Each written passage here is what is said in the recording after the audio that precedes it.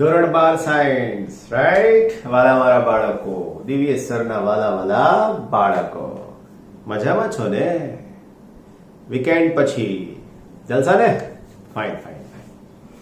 તો સૌથી પહેલા વાત, ચેપ્ટર નંબર 8 ની આપણે જે કરી રહ્યા છીએ એની અંદરથી વિદ્યુત ચુંબકીય તરંગોમાંથી બધા સૂત્રો સરસ મજાના એના લખેલા છે.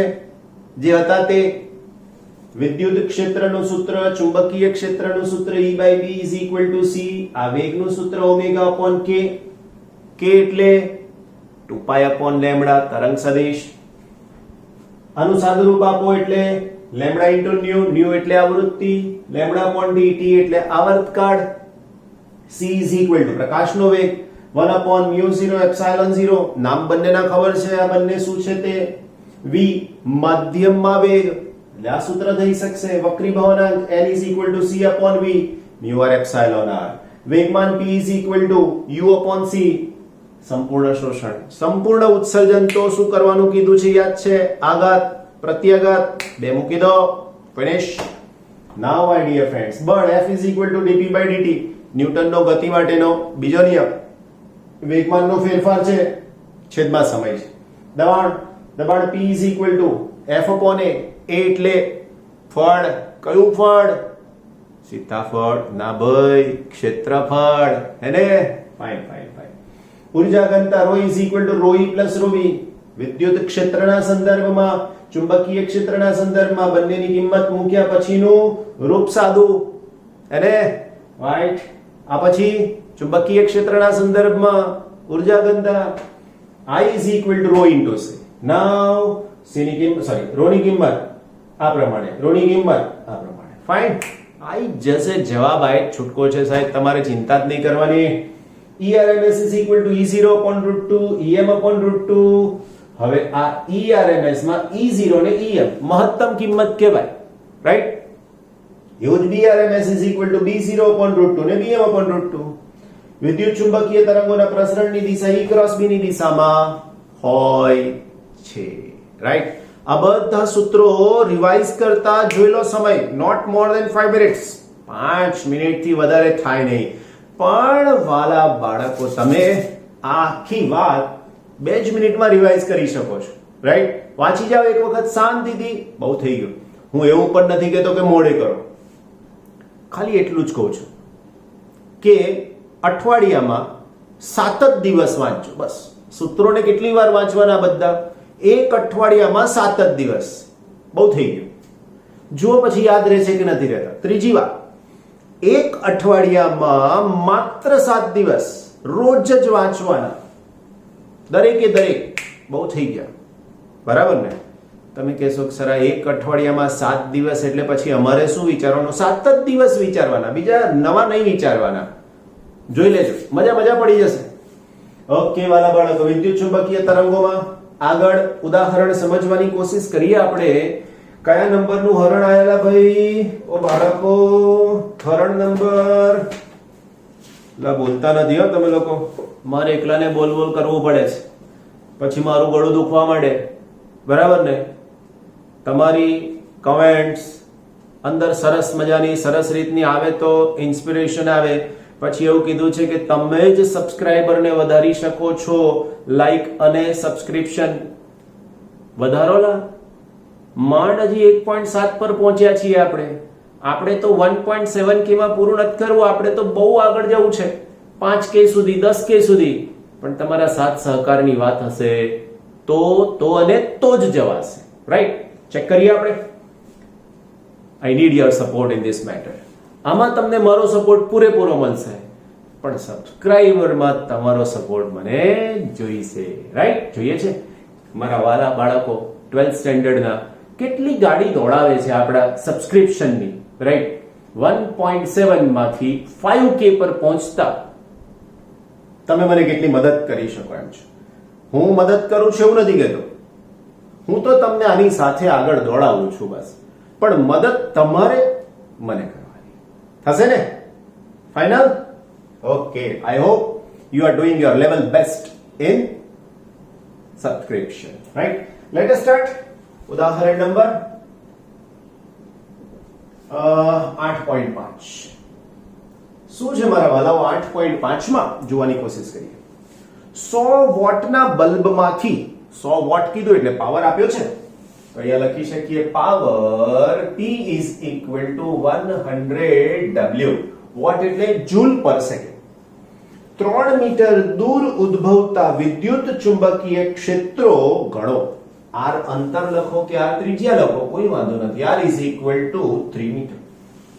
વિદ્યુત અને ચુંબકીય ક્ષેત્રો ગણવાના કીધા છે. બલ્બની કાર્યક્ષમતા 2.5% કીધી છે, તો અહીંયા લખું કાર્યક્ષમતા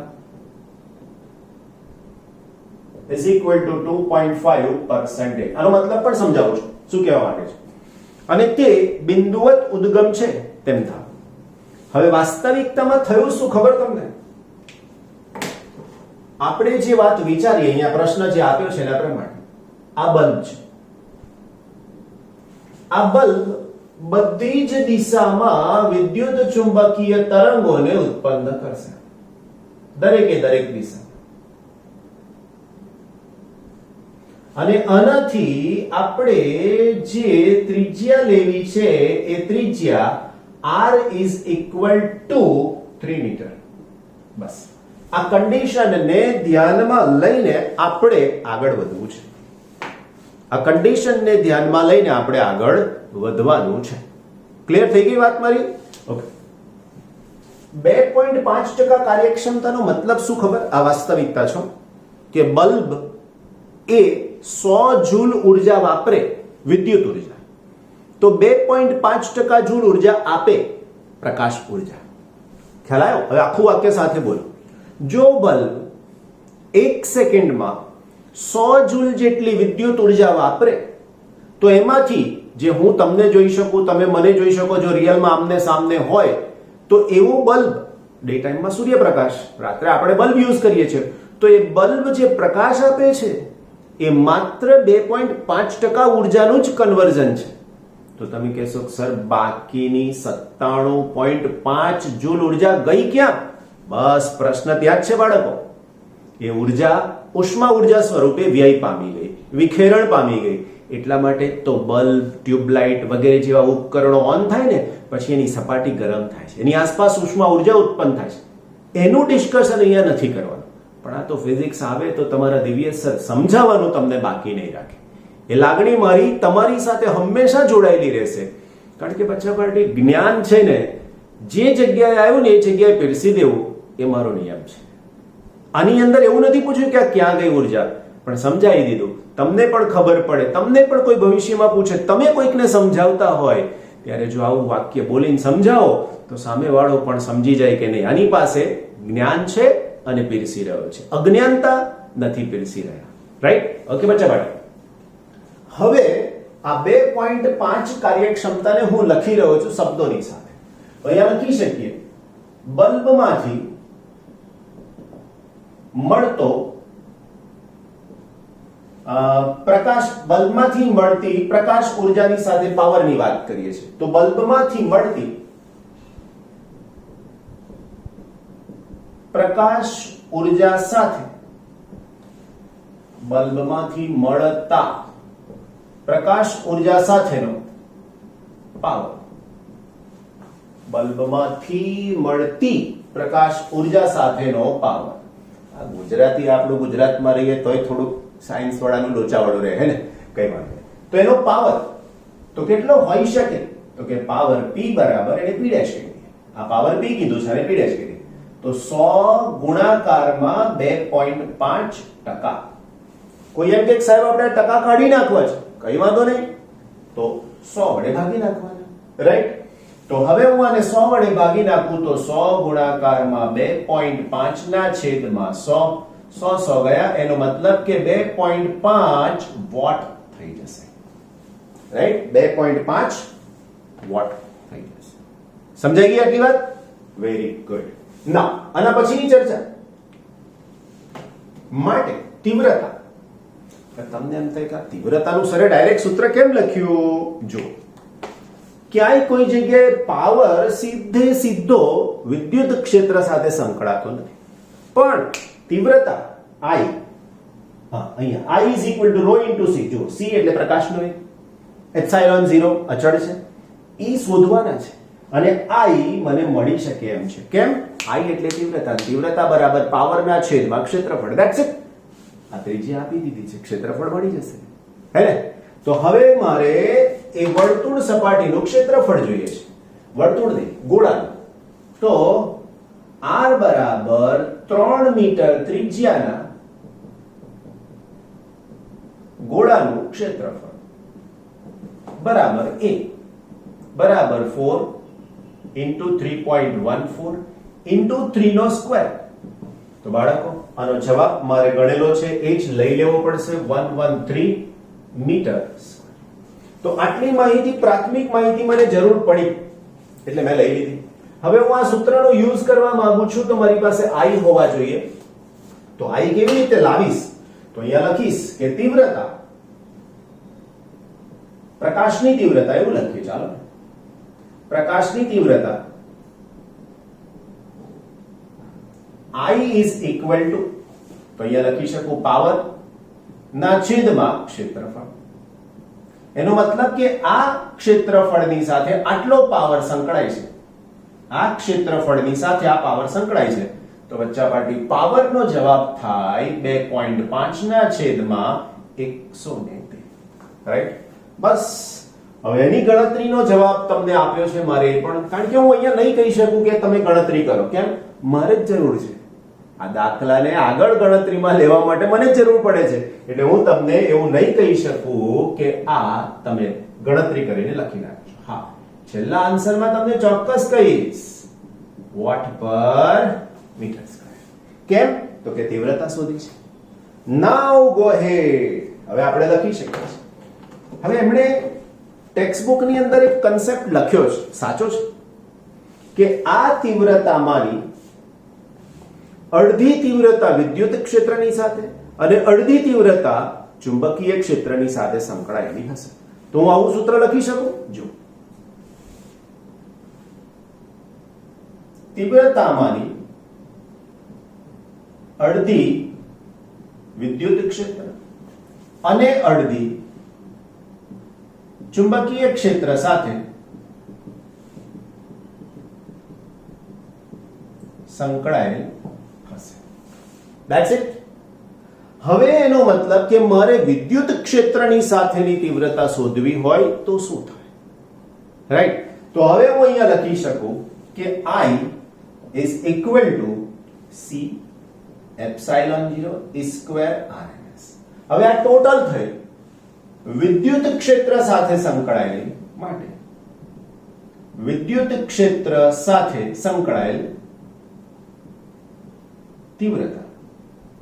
જો કોઈ ફરક નહીં પડે, 1/2 I is equal to 1/2 I is equal to 1/2 C epsilon naught અને E square. હવે ડાબી બાજુ 1/2 મૂક્યા, હવે જમણી બાજુ 1/2 મૂક્યા, શું ફરક પડે? તો કે કઈ નહીં, પાછા અહીંયા જ આવી જવાના ને. પણ એમણે કન્સેપ્ટ સમજાયો છે, સારો છે, એટલે મેં તમને સમજાવી દીધો. જરૂર ના હોત તો ના કહેતો, પણ જરૂર છે એટલે મેં તમને કહી દીધું. ક્લિયર? વાત સમજાય છે ને? બહુ સરસ. હવે મારી પાસે અહીંયાથી જવું કે અહીંયાથી જવું કોઈ ફરક નહીં પડે. મારે જોઈએ છે E square RMS. તો હું આમાંથી સૂત્ર બનાવીશ કે E square RMS is equal to, આ બંને જશે છેદમાં I ના છેદમાં C અને એપ્સિલોન 0. વાલા મારા ભૂલકાઓ, E square ની જગ્યાએ હવે મને ERMS જોઈએ છે. E square બોલું છું, ઈશ્વર નહીં ભાઈ. ઓ મિત્રો, હા, પાછા ઘણા ઈશ્વરને યાદ કરે. ઈશ્વર ધોરણ 12 માંથી પાસ કરાવી દેજે ભાઈ. તમને તમારા પ્રભુ, તમારા ભગવાન તો જ મદદ કરશે, એટલે કે ઈશ્વર તો જ મદદ કરશે જો તમે મહેનત કરશો તો. રાઈટ? ગોડ એમાં બધા આવી ગયા. એ તો જ મદદ કરે જો તમે મહેનત કરશો તો. રાઈટ? બહુ જ બધી મહેનત, બહુ જ સારું રિઝલ્ટ. તો હવે પાછા મારી સાથે આવી જાઓ ઈશ્વરને યાદ કરીને. ફાઇન. હવે આની અંદર મારે કિંમત મૂકવી પડશે I ના છેદમાં C અને એપ્સિલોન 0. તો કિંમત I ની કિંમત રાઈટ 0.022 c ની કિંમત તો યાદ હોવી જ જોઈએ ને ભાઈ એપ્સિલોન નોટ 8.85 10 raised to -12 વાલા મારા ભૂલકાઓ તો ERMS તમારે જવાબ વોલ્ટ પર મીટર સ્ક્વેર માં આવશે આ જવાબ હું તમને નહીં કહું તમારી જાતે શોધવાનો છે આ ERMS મળ્યું હવે વિદ્યુત ક્ષેત્ર એ જયાવર્તી વિધેય છે સાઇનોસોઇડલ જયાવર્તી એટલે અંદર લખ્યું છે કે વિદ્યુત ક્ષેત્ર સાઇન અથવા કોસાઇન વિધેય છે જયાવર્તી વિધેય છે જયા એટલે કોઈ બહેનનું નામ નથી જયા એટલે સાઇન કોસાઇન ને એ લોકોએ નામ આપ્યું છે જયાવર્તી બરાબર તો હવે એના માટે થઈને મહત્તમ કિંમત શું હોઈ શકે તો લખી શકીએ વિદ્યુત ક્ષેત્ર એ જયાવર્તી વિધેય છે માટે તેની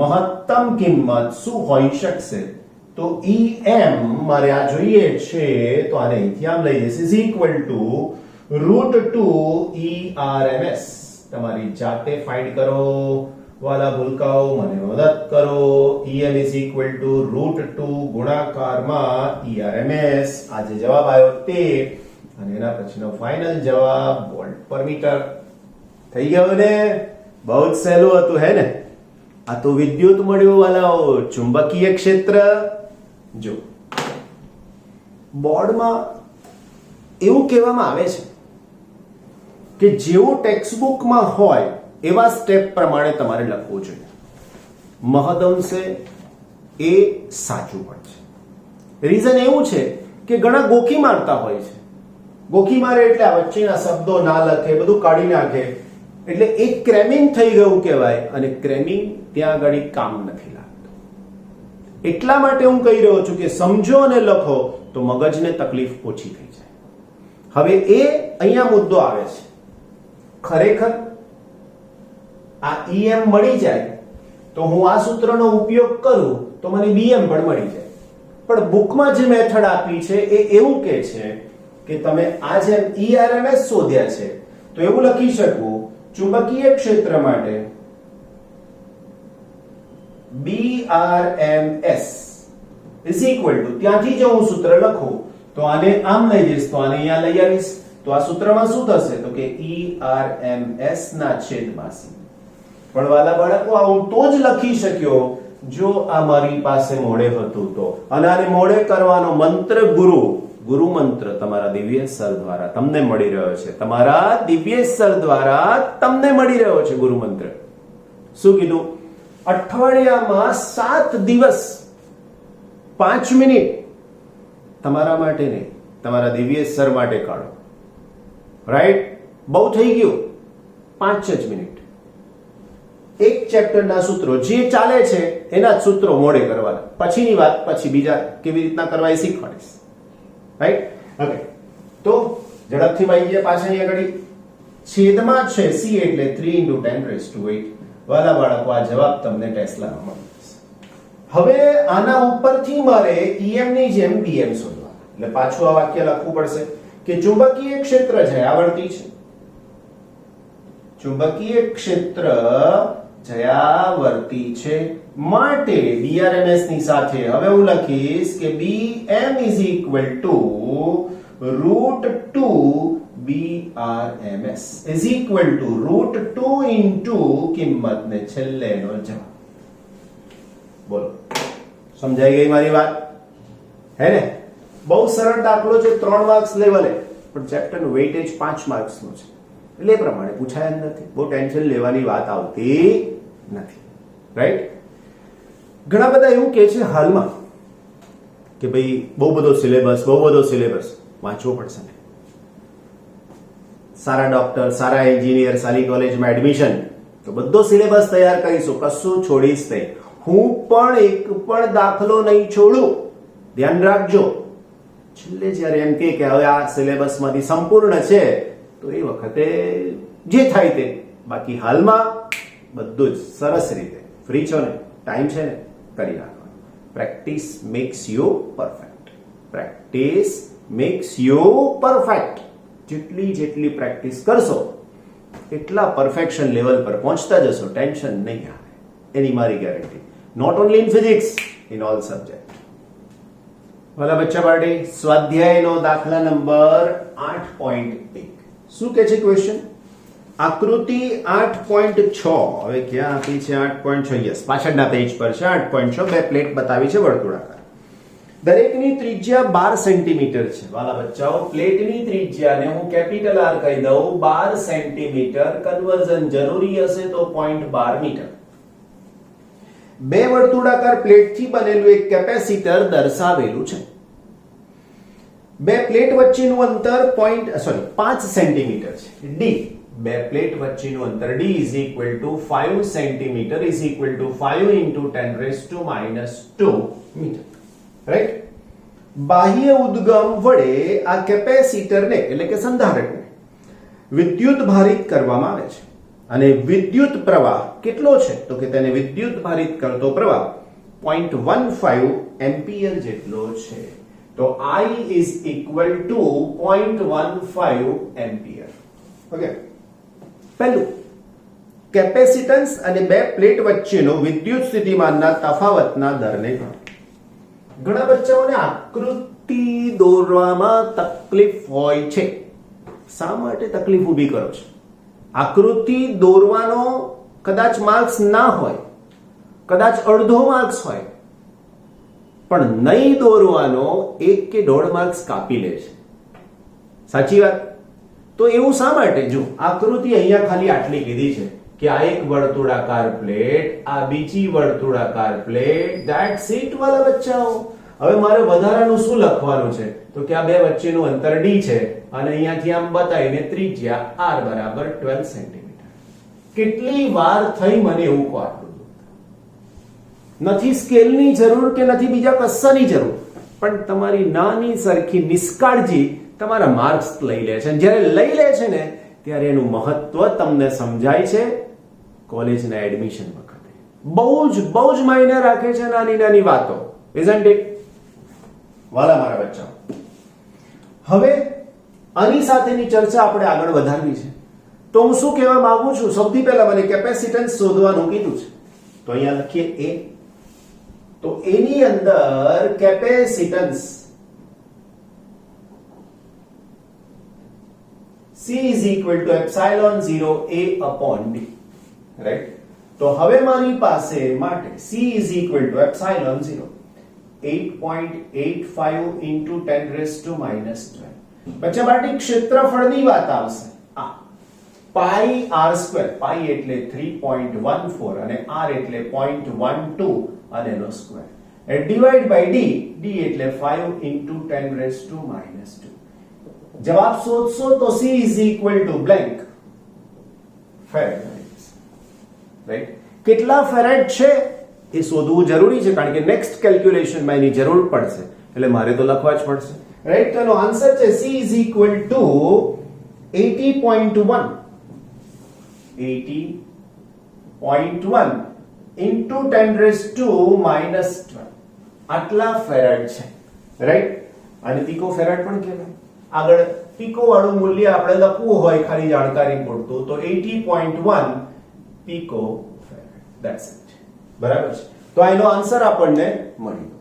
બરાબર ને? ઓકે, આની અંદર જ બીજો પ્રશ્ન પૂછ્યો છે, વિદ્યુત સ્થિતિમાનના તફાવતનો દર. તમારા મગજમાં ક્લિયર હોવું જોઈએ કે વિદ્યુત સ્થિતિમાનનો તફાવત એટલે એનો ફેરફાર અને એનો દર એટલે એનો સમય શોધવાનો. ધેટ મીન્સ dV/dt શોધવાનું રહેશે. તો હવે શોધવા માટે શું કરીશું જોઈએ? તો આપણી પાસે સૂત્ર છે capacitance C is equal to Q upon V. માટે Q is equal to C into V. Right? અથવા તો હું આવું પણ લખી દઉં, કારણ કે જે મારે શોધવાનું છે એની અંદર. ઓકે, ચાલો Q is equal to C into V લખો. હવે આમાંથી મને dQ/dt ને આમાંથી મને dV/dt મળી જશે.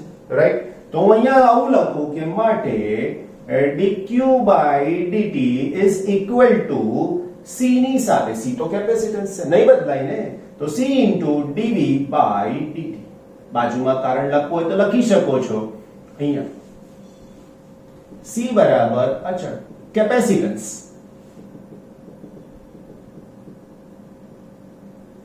ઓકે, હવે આમાંથી મારે આને સૂત્રનો કરતા બનાવવો છે, પણ એના પહેલા dq/dt ઇઝ ઇક્વલ ટુ શું થાય?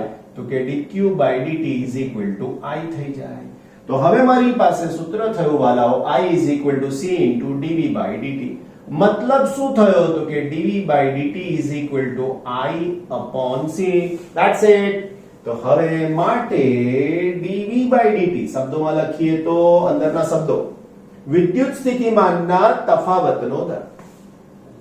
વિદ્યુત સ્થિતિમાનના તફાવતનો દર, જેને કહેવાય dv/dt. હે ને? ઓકે, આમાંથી બનાવી દીધો. તો હવે i ના છેદમાં c. વાલા બચ્ચાઓ, i એટલે 0.15, c એટલે આ નહીં લખાય, આ લખવું પડશે.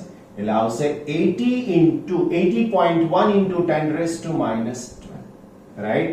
માટે dv/dt is equal to what? તો dv/dt is equal to આનો ભાગાકાર અને 10 ની -12 ઘાત ઉપર +12 થઈ જશે. જે આવશે તે જવાબ, એને કન્વર્ટ કરી નાખો અને આન્સર થઈ જશે વોલ્ટ પર સેકન્ડ. આ જગ્યા તમારા માટે હોય છે, જાતે ગણી શકો એટલા માટે, અને એનો અનુભવ એક્ઝામમાં થશે. ડાયરેક્ટ આન્સર તમારી રેફરન્સ બુકમાં હોય કે ગમે ત્યાંથી વાંચતા હોય, પણ જો ડાયરેક્ટ આન્સર હશે કે અહીંયાનો જવાબ ડાયરેક્ટ 10 ની 8 ઘાત, તમને તે વખતે યાદ આવશે કે આ 10 ની 8 ઘાત જવાબ આવતો તો અહીંયા કેમ આવું આવે છે? પણ એકવાર મારી સાથેની રીતમાં જો ગણતરી કરી હશે ને વાલાઓ, તો ત્યાં તકલીફ તમને નહીં પડે. That is my guarantee. Right? તો આ થઈ ગયું a ની ગણતરી. રાઈટ? નાઉ b. b શોધવાનું ને વાલાઓ. તો b માં શું પૂછ્યું છે? પ્લેટો વચ્ચે સ્થાનાંતર પ્રવાહ ગણો. રાઈટ? ગણીએ. b સ્થાનાંતર પ્રવાહ. વાલાઓ, સ્થાનાંતર પ્રવાહ એટલે id. id નું સૂત્ર is equal to epsilon naught d phi e by dt. તમે કહેશો સર ફ્લક્સ તો છે નહીં. બસ આ જ સમજવાનું છે. આપણે અહીંયા સૂત્ર નથી લખ્યું સ્થાનાંતર પ્રવાહનું. રાઈટ? ઓકે, તો એપ્સિલોન નોટ અહીંયા સ્થાનાંતર પ્રવાહનું સૂત્ર નથી. આગળ જઈને જોવું પડશે તમારે ટેક્સ્ટ બુકમાં. Okay, epsilon naught d by dt. phi e ની જગ્યાએ હું શું લખીશ વાલા મિત્રો?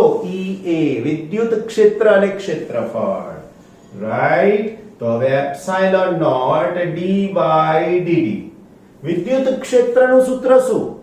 યાદ કરો, કેપેસિટરની બે પ્લેટ વચ્ચે વિદ્યુત ક્ષેત્રનું સૂત્ર શું? તો એ પણ એ જ થિયરીમાં શીખવાડ્યું તું મેં તમને. ના ખબર પડે ચેપ્ટર નંબર 2 માં ચાલ્યા જાઓ. હે? તો d by dt વિદ્યુત ક્ષેત્રની જગ્યાએ sigma upon epsilon 0 into a. જુઓ ક્યાંથી ક્યાં જવું પડે છે. ફિઝિક્સ એટલા માટે જ સહેલું છે અને એટલા માટે જ અઘરું પણ પડે છે. સહેલું કેમ? જો આ નોલેજ છે તો સહેલું. અઘરું કેમ? આ નોલેજ નથી તો. એટલા માટે તો હવે મેં શું સ્ટાર્ટ કર્યું? ફોર્મ્યુલા. ફોર્મ્યુલા વાંચો રોજ, લખો પણ નહીં શરૂઆતમાં, વાંચો શાંતિથી. એક અઠવાડિયા સુધી 7 દિવસ. એક અઠવાડિયા સુધી 7 દિવસ સુધી. ઓકે, માટે id is equal to epsilon naught અને એપ્સિલોન નોટ કો ભેજ દો. id is equal to, okay, તમારે બાજુમાં માહિતી લખવી છે તો લખાય હો. સૌથી પહેલા માહિતી કઈ લખી? તો કે phi e is equal to e into a.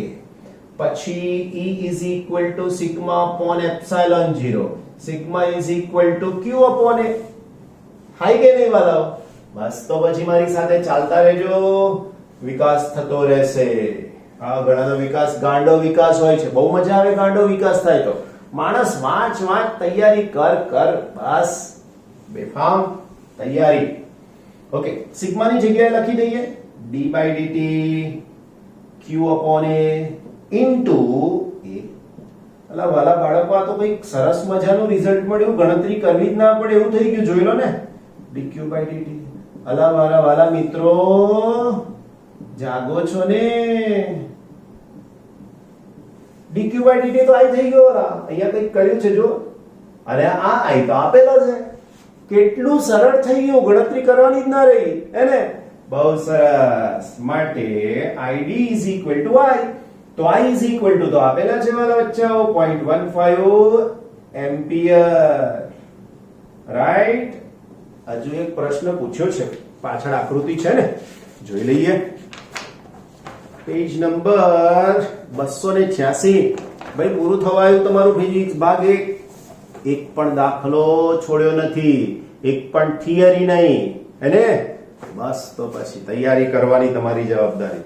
શું કિર્ચોફનો પ્રથમ નિયમ એટલે કે જંક્શન માટેનો નિયમ સંધારકની દરેક પ્લેટ માટે સાચો છે? તો કે હા. કેમ? તો કે કિર્ચોફનો પહેલો નિયમ એ જંક્શનને લાગુ પડે છે, અને એ જંક્શન જેવી જ પરિસ્થિતિ આ પ્લેટ માટે મળે છે કે જે જગ્યાએ પ્રવાહ ભેગો થાય છે ત્યાંથી જ એટલો છૂટો પડવો જોઈએ. That's it. ક્લિયર? તો એનો મતલબ કે અહીંયા પણ કિર્ચોફના પહેલા નિયમનું પાલન થશે જ. રાઈટ? કિર્ચોફના પહેલા નિયમમાં શું કીધું? કે જેટલો પ્રવાહ જંક્શન પાસે પહોંચે એટલો જ પ્રવાહ જંક્શનથી દૂર જવો જોઈએ. તો અહીંયા પણ એક થવાનું છે કે અહીંથી જે પ્રવાહ ગયો એ IC કહેવાય, વાહક પ્રવાહ, કન્ડક્શન કરંટ. અને આ પ્લેટ થી આ પ્લેટ સુધી પહોંચે છે, કયો પ્રવાહ કહેવાય? સ્થાનાંતર પ્રવાહ. અને એ કન્ડિશન પછી તો પ્રવાહ વહેતો જ નથી ભાઈ. કેમ? તો કે કેપેસિટર સંપૂર્ણ ચાર્જ થઈ ગયું ને પછી સ્થાનાંતર પ્રવાહ બંધ, પૂરો ના વહે.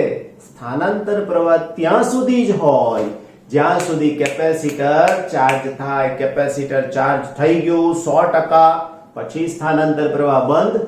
કંડક્શન પ્રવાહ જેટલો છે એટલો ને એટલો જ ટકી રહેશે, પ્રવાહ વહેતો નથી. કન્ડિશન યાદ રાખજો. હા, ડીસી છે તો આ વાત સાચી છે, પણ એસી છે તો પેલી વાત પણ સાચી છે. બહુ સરસ મજાનું ફિઝિક્સ સમજો તો આમ ગદગદ થઈ જાવ, મજા પડી જાય. ટૂંકમાં છેલ્લામાં શું કહેવાનું છે? તો કે હા, કિર્ચોફનો પહેલો નિયમ અહીંયા સાચો છે, કારણ કે જંક્શન પાસે જેટલો પ્રવાહ આવે એટલો પ્રવાહ જંક્શનથી દૂર જાય. અહીંયા પણ આની પાસે કેટલો પ્રવાહ દાખલ થાય છે? તો કે અહીંયા આવતો પ્રવાહ જેટલો છે કંડક્શન, એટલો જ પ્રવાહ દૂર જતો પણ છે. ક્લિયર? કોઈ તકલીફ નહીં ને? બસ મારા વાલા બાળકો, તમારા સાથ સહકારથી મારે આગળ વધવાનું છે. મારો સંપૂર્ણ સહકાર તમારી સાથે છે, તમારે માંગવો નહીં પડે. I will give you without any demand.